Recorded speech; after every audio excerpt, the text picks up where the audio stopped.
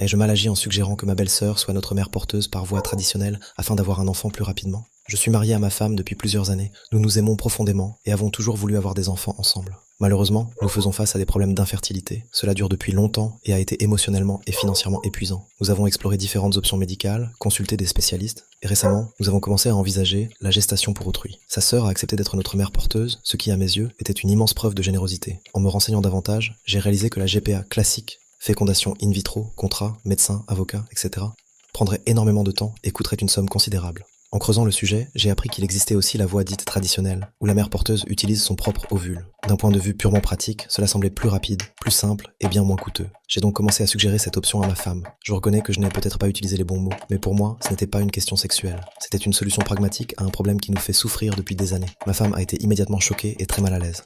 Elle a interprété ma suggestion comme si je voulais coucher avec sa sœur, ce qui, selon elle, dépasse une limite morale inacceptable.